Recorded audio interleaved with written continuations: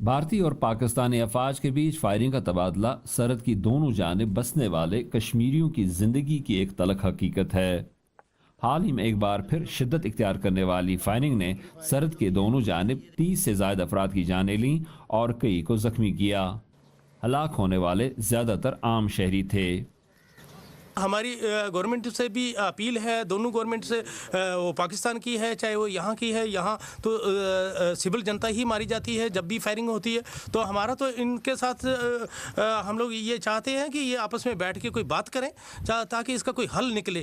یہ گولہ باری سے تو کوئی حل نکلنے والا نہیں ہے، اور یہ دونوں سائڈ کی جو پبلک ہے وہ اس دہشت کے ماحول میں رہ رہی ہے۔ سینکڑوں کنبے نقل مکانی کر چکے یا کر رہے ہیں۔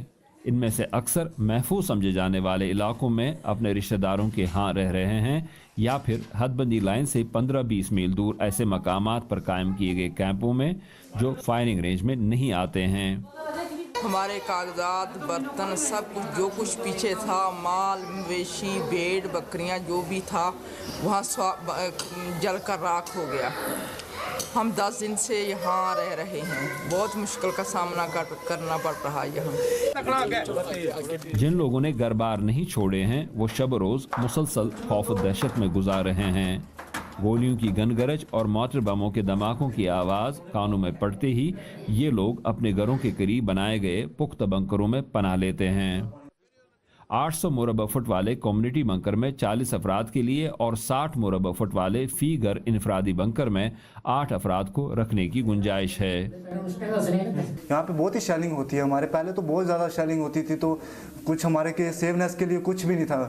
ابھی تو تھوڑے ہمارے گورنمنٹ نے کچھ مورچے وغیرہ بنائے ہیں، بینکرز وغیرہ، تو ابھی ہمارے کو تھوڑی سی راحت ملتی ہے۔ کچھ عرصہ پہلے بھارت کی وزارت داخلہ نے فائرنگ کے اکثر واقعات کے پیش نظر بعض سرحدی علاقوں کی آبادیوں کو مستقل بنیادوں پر محفوظ مقامات پر منتقل کرنے کا منصوبہ بنایا تھا، لیکن وزارت دفاع نے اسے اتفاق نہیں کیا، یہ کہہ کر کہ اس سے سرحدی علاقوں کی رونق جاتی رہے گی۔ زبیر ڈار کے ساتھ یوسف جمیل، اردو VOA، راجوری، کشمیر۔